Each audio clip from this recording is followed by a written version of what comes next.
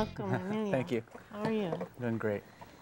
Well, we met, and we're both photographers, and we met about, I don't know, 8 years ago? About 8 years, yeah. And you always impressed me as a very serious, photographer. Serious in the sense that you were going to be a very solid photographer with a message that people were going to get. Oh, and here you are today. And tell us about some of your projects. Well, my work is documentary. I photograph daily life, and the idea is that I'm looking for the little rituals we perform to find a little bit of happiness. So I photograph in churches, public places, on the street, and in my home. And then I come back later in my studio and try to put them together in a narrative that makes sense to me. So I'm taking from different parts of the world to create my own narrative. And what was your original impetus to become a photographer? When I was about 16 or 17, I found a camera, and the people that I hung out with, that I went to school with, started living a gang style of life, or a gang lifestyle. And I started to photograph them, and the camera let me into their world without being a part of that life.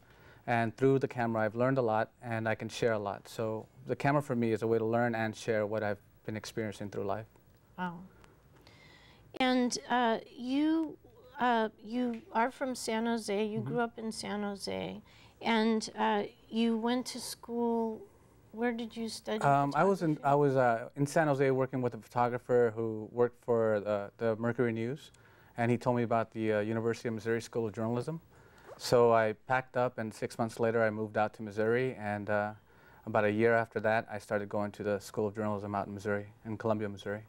And you were telling me a little bit about one of your teachers, who I know also, Kim Komenich. Kim Komenich, yeah. He's very influential in the way I teach. I also teach, and just he opened a lot of different ways of learning about photography without using photography or cameras to explain it. He brought in music and other art, and it really helped me connect what I was trying to do with my camera with the message I was trying to get out to the rest of the world. Wow. And talk about your projects in Guadalajara, Los Angeles, San Francisco, and maybe we can see some of those images. So my day job is I teach, and I like teaching workshops. So my wife and I left our home in San Francisco and went to live in Mexico for 3 years. This is a little bit of my work, and what I do when I teach these workshops is try to share what I've been doing for the last 20 years in a way that they can make it personal for themselves. Let's talk about your work a little here. Like I said, my work is about the rituals we perform and this pursuit to make ourselves feel important or feel happy. So this is a religious festival, the biggest reenactment of the crucifix in Mexico. And I love the theater part of the show itself, but I also like the way the people can take in this message every year over and over. It's played out for them like it was a theater, like it was a mixture of professional wrestling because of the gore and blood, but also the religious part of it keeps coming in. This is Gay Pride in Guadalajara. Guadalajara has a pretty big Gay Pride celebration, but it's still very taboo, so you see a lot of people with masks and hiding their identity, even though they're out in the streets celebrating. Wow. This is a day that they came to celebrate the Virgin Mary, and they ignored the swine flu warnings to come out in masses to wait for a small statue of the Virgin Mary to go make her way back to her home church. Wow. And one of the things I like to do is hopefully the viewers can be in this space with me. So I work with small lenses, and I try to get the viewer to feel like they either walk through this space themselves or like they've taken some kind of journey with me. We lived up in northern Mexico in a small ranch town, and this is an American rodeo where they had the bull riding American style. And the man on the horse is singing basically gangster rap for the ranchers. They're singing about the cartel people and the cartel lifestyle. This is work from our workshops. This is we've done a workshop. We do these project-based workshops where we get photographers from different parts of. We did San Francisco, Los Angeles, Hawaii, and Guadalajara, and we take all of their work and bring it together as one big project, so that we can see the similarities between all the different cultures. And we're working with photojournalists. We're working with fine artists. We're working with photographers. when I teach these workshops, I'm just trying to teach or share my approach to people and to storytelling. It's really not about cameras or lenses. It's just about making photographs that they can look at in a year or two. And so this is San Francisco from different participants. And then we mixed, like I said, we mixed Guadalajara with Los Angeles with San Francisco to show the similarities between all of these different worlds. And we're always trying to find just that sense of joy, that sense of the reasons behind the actions that we actually do. And it's interesting that you're bringing them all together. So when they're shown all of them at the same time. We show all the photographs together because, like I said, we're trying to create some kind of unity between the cultures. We also show the photographs without bylines because I have this theory that no one really cares about us photographers, but if the photographs work, they'll care about the photographs. And so a lot of photographers say they want to get a message out, and this is our opportunity to just get that message out. We took all of this work from Hawaii, Los Angeles, San Francisco, and Guadalajara, and in each city that we had the workshop afterwards, we combined the images and put them on walls. We pasted throughout the city so that we return the artwork to the community that we actually made it in. And could you talk a little bit about Black Boot for us? Black Boots Inc. was a loose collective started by my wife and I in 2005. And it started as a way to use photography as communication, as the photographer's voice.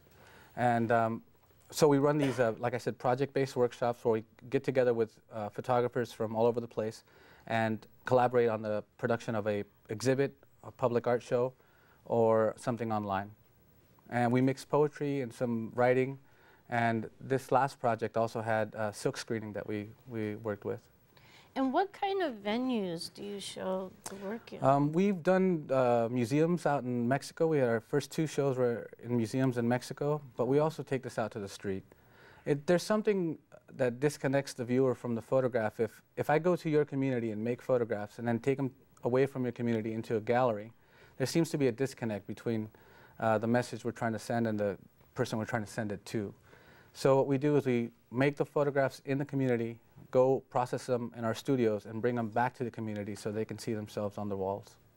I think, you know, most photographers who do take pictures of people, they don't bring them back to the community. I mean, as a photographer and knowing the history of photography, it's pretty common that it's not connected back in. And what was your impetus to do that? Well, you know, I've done some newspaper work, I've done some magazine work, I've done a little bit of everything in photography, and the most fulfilling work I've done has been either teaching, where I get to see what I've shared with the students become theirs, or these projects where we bring the work back into the community.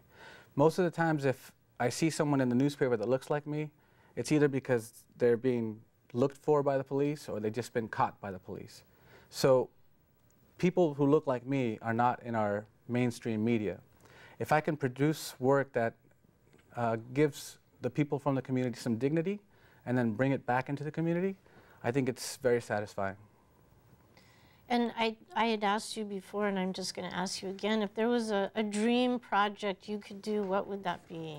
I like photography as communication, and I think it'd be very powerful to put a photograph that Eugene Richards made about cocaine and addiction, bring that back into the elementary schools and show them photographs. A photograph speaks to your emotions, whereas words, we have a way of turning them around and making them fit what our ideas are. But if I could bring these photographs to these kids in elementary schools, maybe they can just kind of react on an emotional level and learn something that's bigger than what we tell them. And do you feel like that had anything to do with you growing up in San Jose and your experience growing up in your neighborhood? Or? Well, I know that coming up, I didn't have access to photography or the photographic grades and the masters. I learned about them when I was in college, and I think that what affects me more, or what motivates me more, is that when I show my work to photographers, they think about the lens and they think about the film and they think about the technical parts about it. But when I show my work to kids, they ask about what's happening in the photograph, where the message that I'm actually trying to communicate is coming through. They don't care about cameras. No one cares about cameras except for other photographers. and that's not always our audience. And just really quickly, you're doing a lot of workshops and teaching now. I love workshops. They're intense. They're 20 hours where I teach it at university level, and I can do a 15-week course almost in a workshop. I can get a lot of information with people who are dedicated to the craft and really want to learn, and the work is beautiful. So I love the workshops, and I also started self-publishing, and I'm looking at projects that maybe are not mainstream or don't have a big name attached to them, but the work is still valid and it's complete, and so we're starting to publish that too. Well, you're definitely shooting from the heart, Emilio. Thank you very much for coming. Thank you. And thank you for watching Culture Connect TV, and we'll see you on our next episode.